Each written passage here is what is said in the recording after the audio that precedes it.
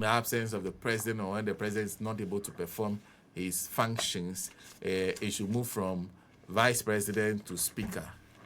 Said in the says the cap should end there. There should not be any further continuation to Chief Justice, because if you go to Chief Justice, you have to find maybe Alhaji will be the next one among others. What do you think of that interpretation is put on it? That the cap should end. It should be either of the three, any of the three should be in the country at any point in time.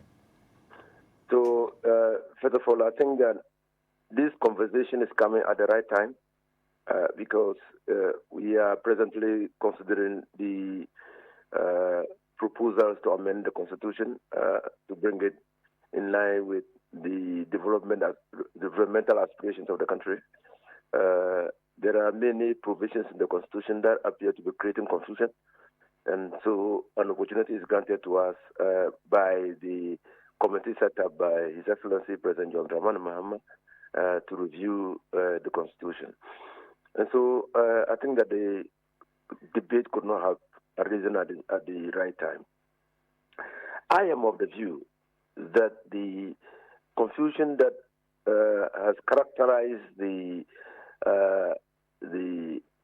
occupation of the office of the president, the consequence upon the absence of the president or vice president or speaker, is a design issue. It's a design issue of the Constitution. Now, and that requires that probably as a people, we need to go and redesign the architecture of the Constitution, taking into view the present developments in the world.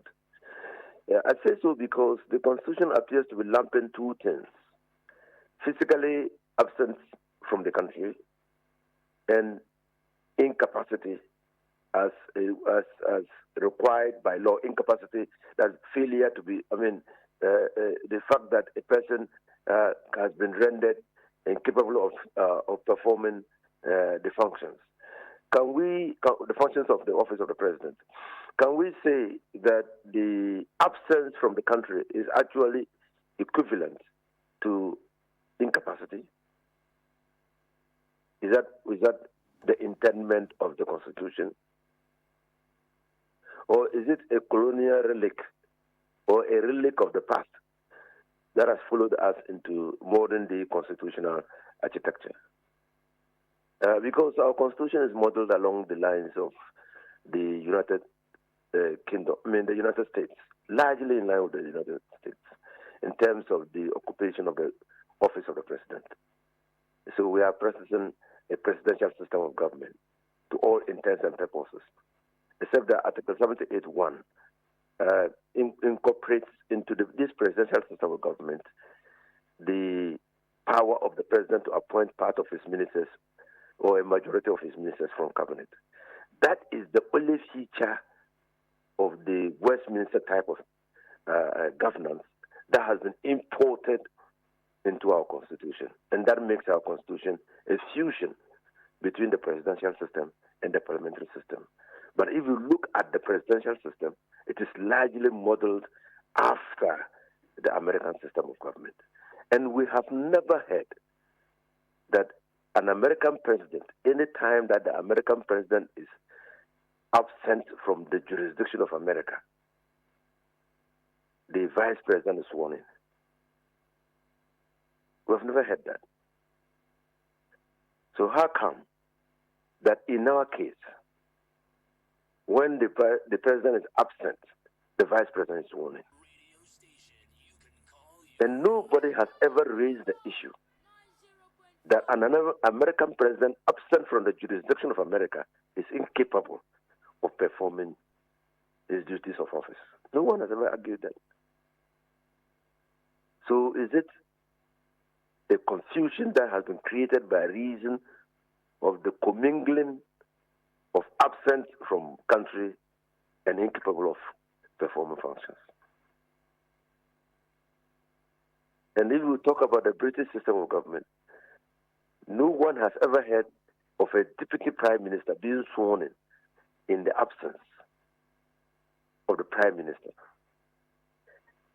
And so, do we have to interpret the Constitution in line with modern purposive approach, as the Supreme Court nominee said, or we just have to expunge from the Constitution the phrase "absent from Ghana" to make it purposeful and really meet the intent of the drafters of the Constitution. If that is done, because the Vice President is deemed to be elected anytime we are electing a president, then it stands to reason that even if the president does not hand over by informing Parliament, the Vice President will act any time the president is, because he's also a president. He's deemed to have been elected to assist the president in the performance of his functions of office. So, if we are going to maintain absence from Ghana, it must be limited. It must be limited to the Vice President and not even extend to the Speaker of Parliament. And not even extend to the Speaker of Parliament. Yes. Limited to the Vice President. The Vice President, because the Vice President is deemed to have been elected. Okay. But when it comes to incapable of performance functions, then the Speaker comes in. And if you look at the wording of the Constitution, where the Speaker is sworn in as President is when the President is incapable of performing functions. So I think there's a phraseology there. If you read it, incapable of performing functions of office. Then the Speaker holds that reign until the President or the Vice President or both of them are capable of performing their functions. In the case of the Chief Justice, is when the three of them, maybe by happenstance, are struck down at the same time. Then the Chief Justice only presides to be able to hold elections. When read the Constitution carefully. He only steps into office to ensure that elections are conducted within a certain time provided by the Constitution for a return to the constitutional order. So at no point in time do they take over executive power? No. The Chief Justice's role is defined in the Constitution. It's defined. Is it a matter of the time when the Constitution was perhaps written? Like 1992, you did not have the tools that you have currently available to be able to easily run government? First of all, about 70% of the 1992 Constitution derives from the 1979 Constitution. 70%? The provisions are the same. It's just that the articles are different because of the additions of other things. For instance, Article 78.1 was not in the 1979 Constitution, but today it is in the 1992 Constitution. So it means that there will be a shifting. There are many things that were not in the 1979 Constitution, which are now in the 1992 Constitution. Some of the provisions have been expanded. And so that is why the positions of the articles have shifted. But the 1992 Constitution is about 70% of the 1979 Constitution. What about this particular one? Was it also in the same Constitution? No, the absent from Ghana, yes. Absent from Ghana or incapable was in the 1979 Constitution. Oh, okay. So this was imported without even considering the... Considering that they were just imported. Is there a need to amend, or you think a dynamic interpretation of the provision will be enough? Now, because we are now taking proposals for the amendment of the Constitution, I would suggest that let's amend to bring clarity. And limit.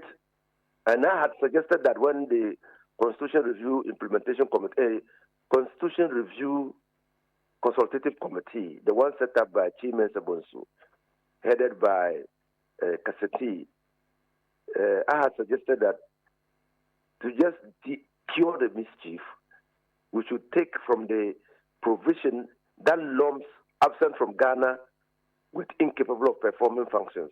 We delete the incapable of performing functions and say absent from Ghana in terms of the relationship between the president and the vice president, and when the president is out of the country, because of what I said earlier, that because the vice president is deemed to have been